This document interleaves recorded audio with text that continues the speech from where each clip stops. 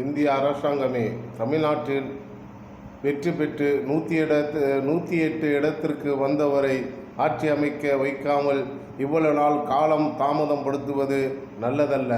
தமிழ்நாட்டு மக்கள் அவர்கள் வந்து ஆட்சி செய்து புதிய ஒரு கட்சி ஆட்சி செய்து தமிழ்நாட்டு மக்களுக்கு நல்லது செய்வார்கள் என்று ஆசையோடு ஓட்டு போட்டு அவர்களை ஜெயிக்க வைத்து அவர்களை ஆட்சி அமைக்க வேண்டும் என்று நினைத்த தமிழ்நாட்டு மக்களை மனவேதனையில் குழப்பத்திலும் சிந்தனையிலும் என்னும் நாட்டில் இப்படியெல்லாம் இருக்கின்றது சூழ்ச்சி. என்ன ஆட்சி? மெஜாரிட்டி இல்லாத சிறுபான்மை ஓட்டு வந்து கம்மியாக எடுத்து ஜெயிச்சு வந்தால் அவங்க ஆட்சி அமைக்கலாம், கூட்டணி வச்சுக்கலாம். அதிக மெஜாரிட்டி வந்து ஜெயித்தவங்களுக்கு ஆட்சி அமைக்க மெஜாரிட்டி வேணும். என்ன மெஜாரிட்டி? 108 சீட்டு அவங்க ஜெயிச்சிருக்காங்க. அது என்ன மெஜாரிட்டி? இவங்க எவ்வளோ ஜெயிச்சிருக்காங்க? அது சிந்திச்சு பார்க்கணும். மக்கள் ஆசை என்ன? ஜெயித்தவங்களுக்கு தானே முதலிடத்தை கொடுக்கணும். இல்லை சின்ன சின்ன கட்சிங்க ரெண்டு கம்மியான ஓட்டு எடுத்தவங்க வந்து ஆட்சி அமைக்கலான்னு என்று சட்டம். இது என்ன சட்டம் இது?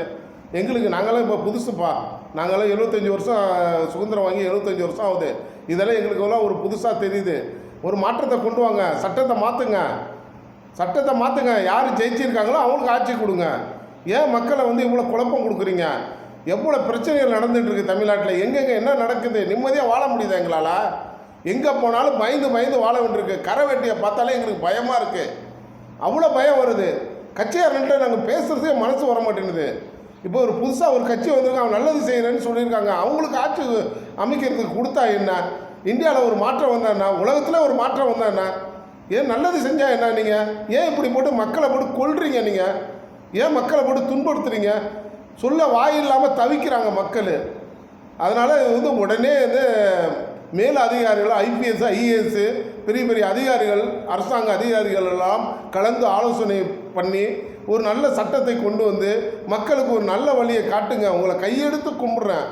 ஏன்னா இது தமிழ்நாட்டு மக்கள் வந்து சும்மா சாதாரணமாக நினைக்காதீங்க. அவங்க பொங்கி எந்திரிச்சாங்கன்னா இந்தியாவே தாங்காது.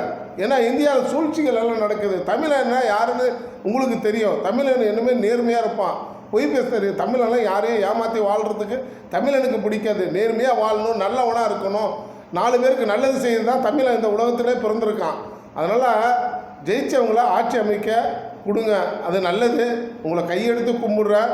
அதான் வந்து ரொம்ப குழப்பம் கொடுக்குறீங்க. மனசெல்லாம் வேதனையாக இருக்குது. எல்லா மக்கள் மனசில் வந்து ஒரே குழப்பம் வருது. என்னடா உலகத்தில் இப்படியெல்லாம் போட்டு அப்படியே பிரட்டி இப்போ மக்களை வந்து குழப்புறாங்களே அப்படின்னு சொல்லிட்டு ஜெயித்தவங்களுக்கு ஆட்சி அமைக்கிறதுக்கு அதிகாரத்தை கொடுத்து ஆட்சி அமைக்க வைங்க. தமிழ்நாட்டு மக்களுடைய கோரிக்கை.